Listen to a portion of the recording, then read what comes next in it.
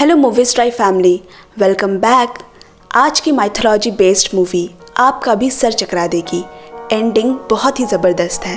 Movie का नाम है एंजल हर्ट, डायरेक्टर है एलन पार्कर और IMDb रेटिंग 7.3 है। 1955 ब्रुकलिन शहर में रहता है हैरी एंजल। पेशे से वो एक प्राइवेट डिटेक्टिव है। एक दिन उसे लुइस साइफर नाम के एक आदमी का फ़ोन आया।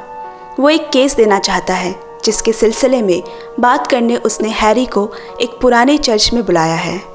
अगले दिन सुबह वो चर्च पहुंचा। मिस्टर लुइस साइफर ने पहला सवाल ही उससे पूछा कि किसी जॉनी फेवरेट को जानते हो। हैरी ने ना में जवाब दिया। कौन है ये जॉनी फेवरेट? कोई मशहूर आदमी या कोई बड़े पैसा वाला है? फिर मिस्टर साइफर ने कहा, जॉनी फेवरेट का असली नाम जॉनी लिबलिंग है। 1943 दूसरे विश्व युद्ध में जाने से पहले वो एक छोटे से बैंड में सिंगर हुआ करता था, लेकिन युद्ध में उसे काफ़ी चोटें आई। यहाँ तक कि उसका मानसिक संतुलन इस हद तक बिगड़ गया कि उसकी याददाश्त चली गई।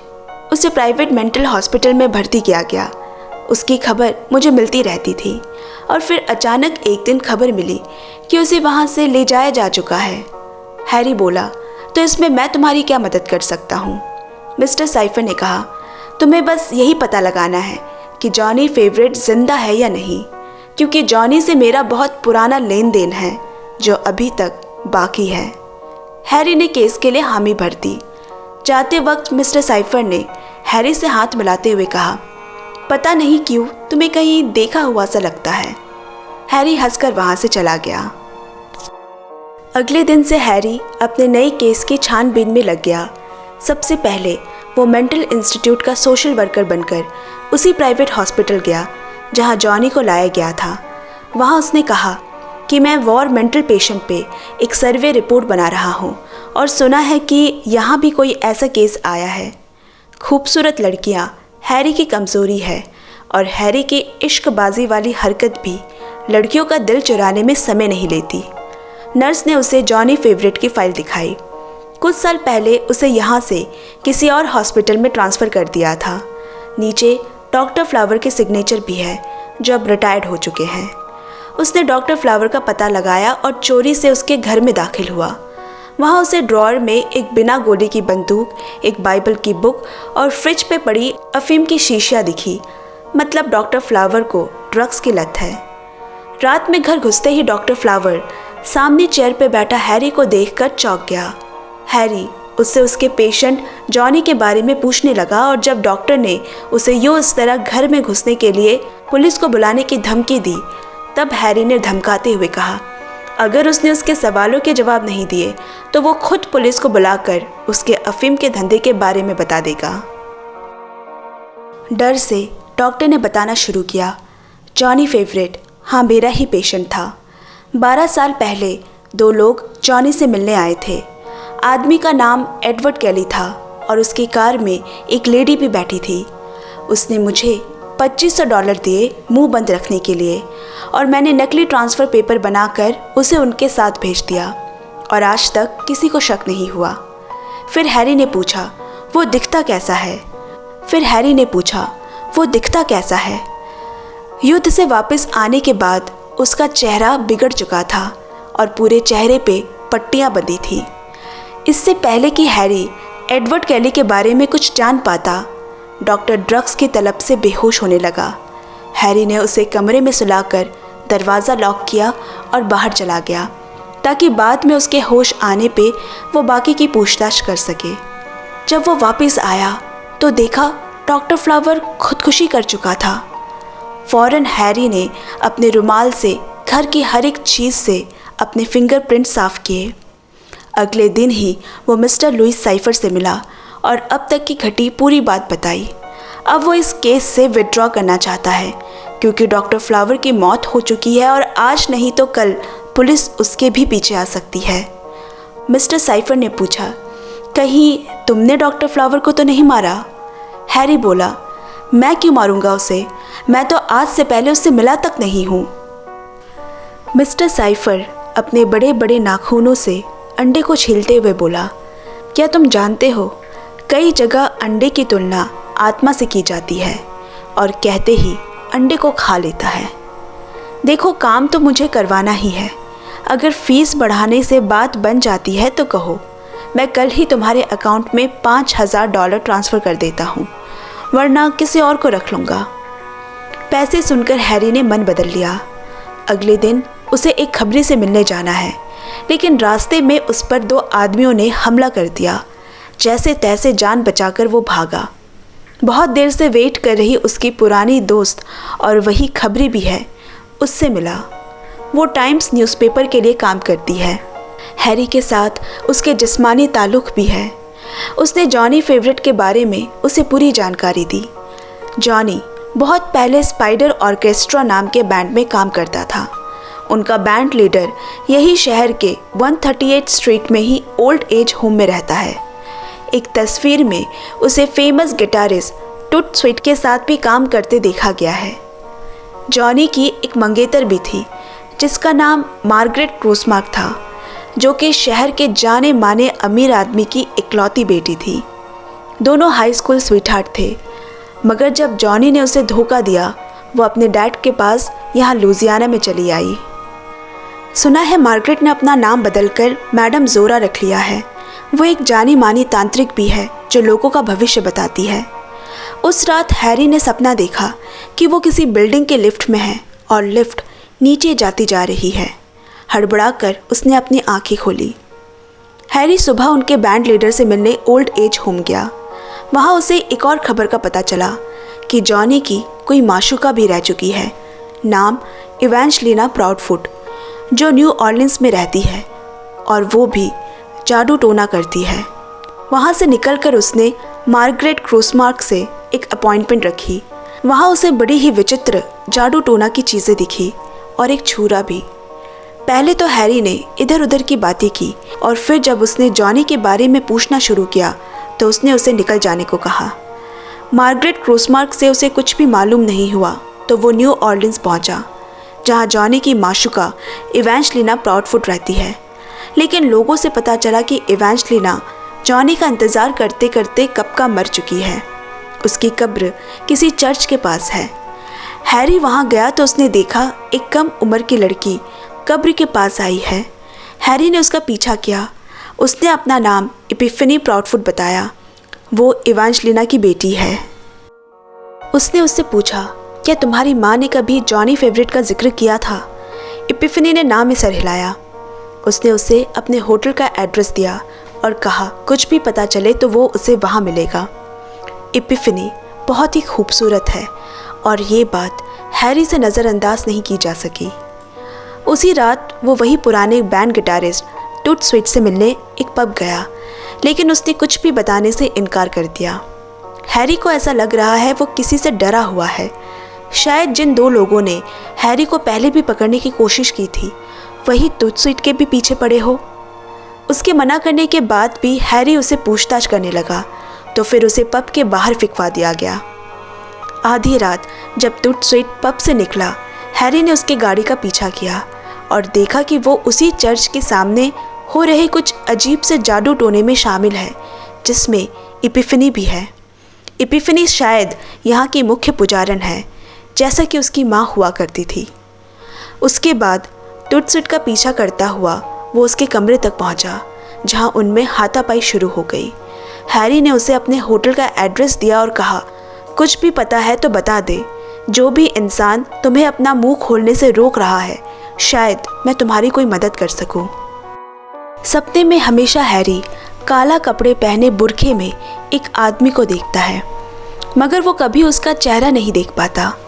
आज भी उसने वही सपना देखा और उसके हाथों और कपड़ों से खून टपक रहा है। सुबह हो चुकी है। कमरे में कुछ आवाज़ें आ रही है। आंखें खुली तो देखा 2 लोकल पुलिस ऑफिसर खड़े हैं।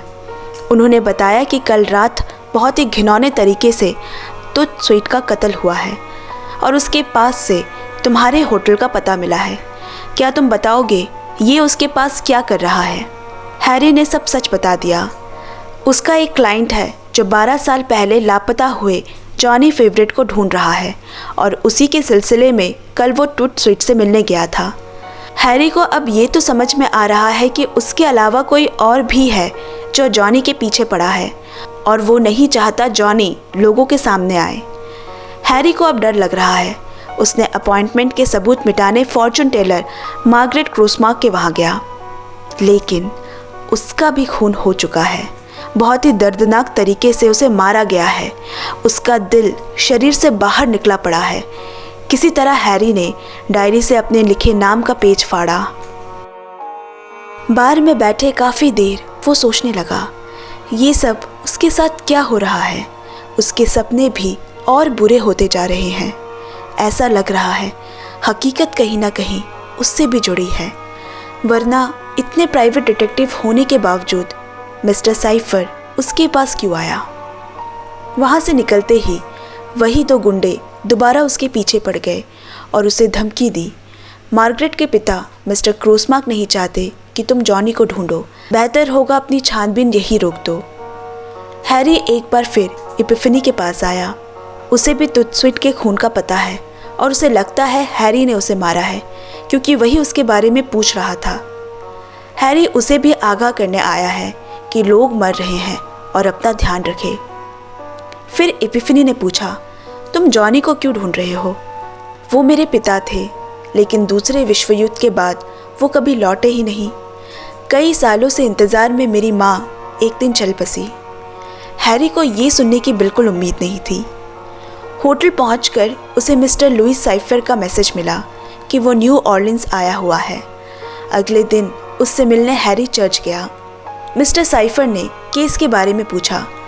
हैरी चिड़चिड़ाते हुए बोला, यहाँ 3 खून हो चुके हैं, डॉक्टर फ्लावर, तुत्स्विट और मार्गरेट क्रूसमार्क भी। कहीं जॉनी ही तो सबको मारता नहीं फिर रहा और शक के घेरे में मैं आ रहा हूँ। यहाँ लोग मेरी जान के पीछे पड़े हैं। मिस्टर साइफर ने कहा, बस मुझे यही जानना है जॉनी फेवरेट जिंदा है या मर चुका है, बाकी तो तुम खुद समझदार हो और अपना ध्यान रखना। शाम को वो अपने होटल पहुंचा तो देखा बारिश में इपिफनी दरवाजे के सामने बैठी है। उसे वो अंदर ले गया। इपिफनी 17 साल की उम्र में ही एक बच्चे की माँ है, पर बच्चे का बाप कौन है उसे नहीं पता। उसने जॉनी के बारे में और जानने की कोशिश की, लेकिन पैदा होने के बाद उसने अपने बाप को कभी नहीं देखा। उसके बाद दोनों ही बहक गए और रात साथ में गुजारी। सुबह फिर से लोकल पुलिस उसके होटल पहुंची। उन्होंने उसे मार्गरेट के खून के बारे में बताया, जिसका पता हैरी को पहले से है। इधर उसके पिता मिस्टर क्रूसमार्क बहुत ही गुस्से में हैं। वो पैसे वाले हैं और उसने पूरे डिपार्टमेंट की नींद हराम कर दी है। तुत्स्विट भी मार्गरेट को जानता था, जिसके पास तुम गए थे, तो तुम मुझे सीधा सीधा क्लाइंट का नाम बता दो जिसने तुम्हें ये काम दिया है। पर हैरी उसे कुछ नहीं बता सकता, क्योंकि ये नियम के खिलाफ है। इस बार तो पुलिस उसे धमका कर चली गई।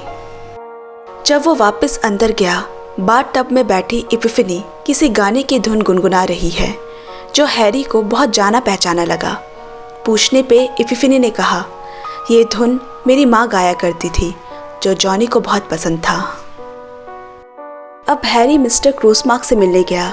उसने कहा, मुझे मालूम है तुम जॉनी फेवरेट को जानते थे। तुम्हारी बेटी और तुम एडवर्ड कली बनकर डॉक्टर फ्लावर का पैसे से मुंह बंद कर जॉनी को 12 साल पहले प्राइवेट मेंटल हॉस्पिटल से लेकर गए थे।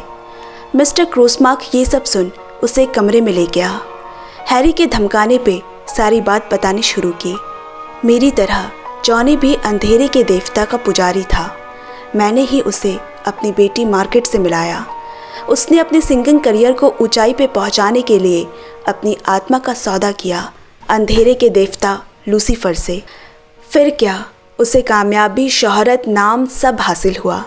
ये सब देख उसने अपना मन बदल लिया और अब वो अपनी आत्मा नहीं देना चाहता था।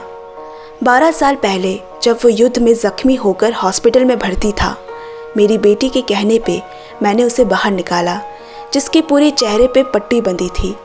उस रात अपनी आत्मा को लूसीफर की बलि चढ़ाने से बचाने के लिए उसने बैंड मेंबर तुत्स्विट से मिलकर क्रिसमस ईव पे लौटे सैनिकों में से उसी के हम उम्र के एक सैनिक को किडनैप कर लिया और उसे अपने होटल ले गया, जहां मार्गरेट ने पहले से पूरी तैयारी कर रखी थी।